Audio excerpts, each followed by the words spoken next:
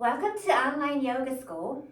I'm Steph, and today in our Yoga Foundation series, we're going to be exploring Ardha Uttanasana, which is halfway lift from forward fold. So come to stand on your mat, and you'll come into your mountain pose, whatever that looks like for you. Take an inhale and extend the arms up overhead, Ardha Uttanasana.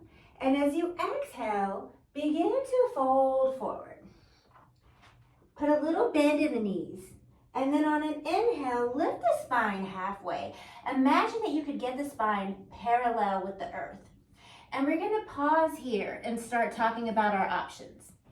So one option is that you bring the fingertips on the earth below the shoulders. One option is that the hands come to the shins. Now, sometimes when the hands comes to the shins, what happens is that we see students pushing the shins back, like putting a force there, which forces the knee into a hyperextension.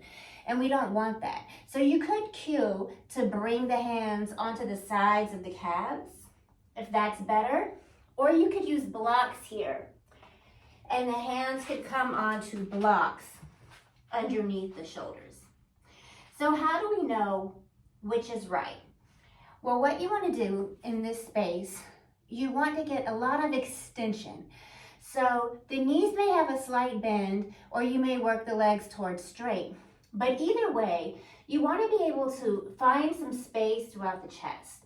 So we're thinking about Vyana Vayu here, right? So Vyana Vayu, it's energy that's moving outward from the center of the body outward. So energy is moving from the tailbone, shooting out that way, shooting out through the crown of the head. And we want to create space so that prana can flow and that we have more space to breathe. And so if you find that when your fingertips are on the earth, that you're collapsing here, or that you have quite a down angle and there's not as much space between the chest and the thighs, then you may want to bring the hands to the shins, to the sides of the calves, or maybe onto a pair of blocks right underneath the shoulders.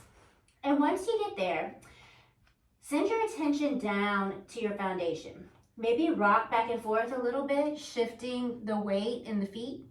And what we want to do here is we want to rock forward enough that the sit bones are right over the heels. And then we want to lift the knees, engage the quadriceps, so there's this upward energy.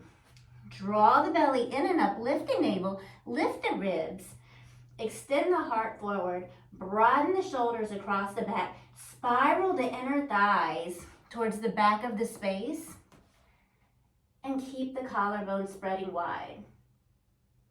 Take an inhale here, and notice that the spine is all in one straight line, from the tip of the tailbone through the crown of the head. Notice here that the neck is part of the spine. So we don't have the forward head and we're not tucking the chin too much. Just right in line with the spine. And when you're ready to come out of the pose, exhale, forward fold. Inhale, circle the arms up. Palms come together and land at heart center.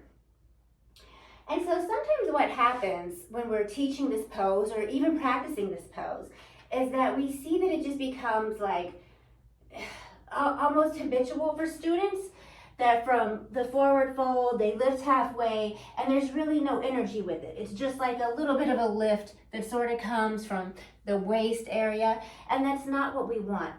We want to lift with strength, and everything is lifting. Navel point lifts, ribs are knitted, ribs are lifting slightly. So that protects the low back. So there's no rounding, because continued rounding in this posture over time and continued practice could cause like a disc herniation, and we don't want to cause a type of energy.